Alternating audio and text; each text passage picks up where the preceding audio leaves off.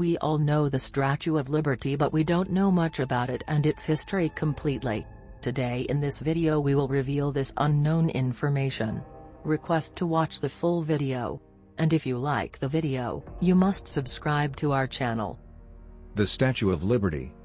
The Statue of Liberty was a joint effort between France and the United States, intended to commemorate the lasting friendship between the peoples of the two nations. The French sculptor Frédéric-Auguste Bartholdi created the statue itself out of sheets of hammered copper, while Alexander Gustave Eiffel, the man behind the famed Eiffel Tower, designed the statue's steel framework. The Statue of Liberty was then given to the United States and erected atop an American-designed pedestal on a small island in Upper New York Bay, now known as Liberty Island, and dedicated by President Grover Cleveland in 1886. Over the years, the statue stood tall as millions of immigrants arrived in America via nearby Ellis Island. In 1986, it underwent an extensive renovation in honor of the centennial of its dedication.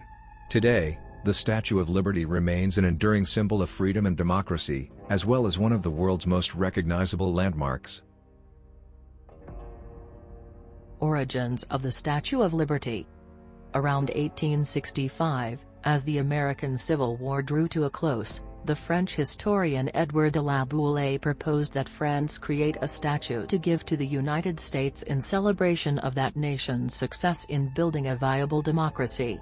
The sculptor Frédéric-Auguste Bartholdi, known for large-scale sculptures, earned the commission. The goal was to design the sculpture in time for the centennial of the Declaration of Independence in 1876.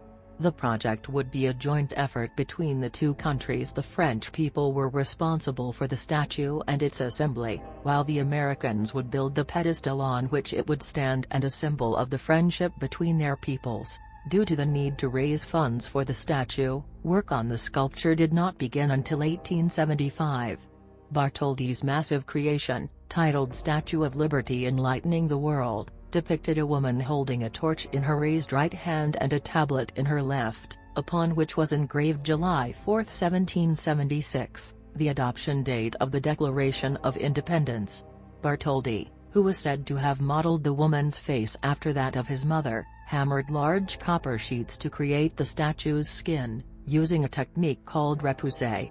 To create the skeleton on which the skin would be assembled, he called on Alexander Gustave Eiffel, designer of Paris Eiffel Tower. Along with Eugène-Emmanuel Viollet-le-Duc, Eiffel built a skeleton out of iron pylon and steel that allowed the copper skin to move independently, a necessary condition for the strong winds it would endure in the chosen location of New York Harbor. Assembly and dedication. While work went on in France on the actual statue, fundraising efforts continued in the United States for the pedestal, including contests, benefits and exhibitions. Near the end, the leading New York newspaperman Joseph Pulitzer used his paper, The World, to raise the last necessary funds.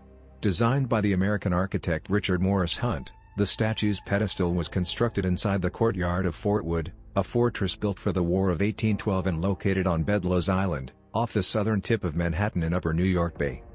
In 1885, Bartholdi completed the statue, which was disassembled, packed in more than 200 crates, and shipped to New York, arriving that June aboard the French frigate Isère.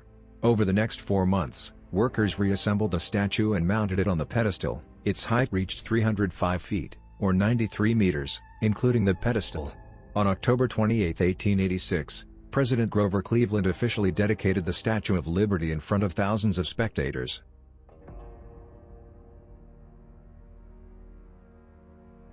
The Statue of Liberty and Ellis Island. In 1892, the U.S. government opened a federal immigration station on Ellis Island, located near Bedloes Island in Upper New York Bay. Between 1892 and 1954, some 12 million immigrants were processed on Ellis Island before receiving permission to enter the United States. From 1914, during the peak years of its operation, some 5,000 to 10,000 people passed through every day. Looming above New York Harbor nearby, the Statue of Liberty provided a majestic welcome to those passing through Ellis Island.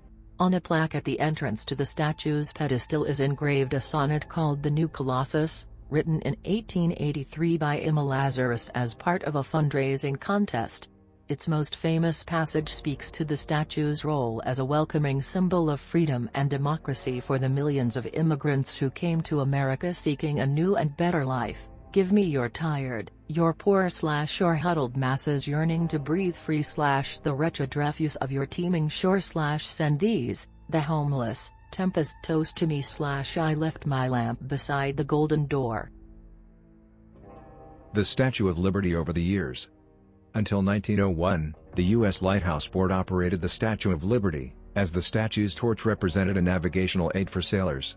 After that date, it was placed under the jurisdiction of the U.S. War Department due to Fort Wood's status as a still operational Army post. In 1924, the federal government made the statue a national monument, and it was transferred to the care of the National Park Service in 1933. In 1956, Bedloes Island was renamed Liberty Island, and in 1965, more than a decade after its closure as a federal immigration station, Ellis Island became part of the Statue of Liberty National Monument.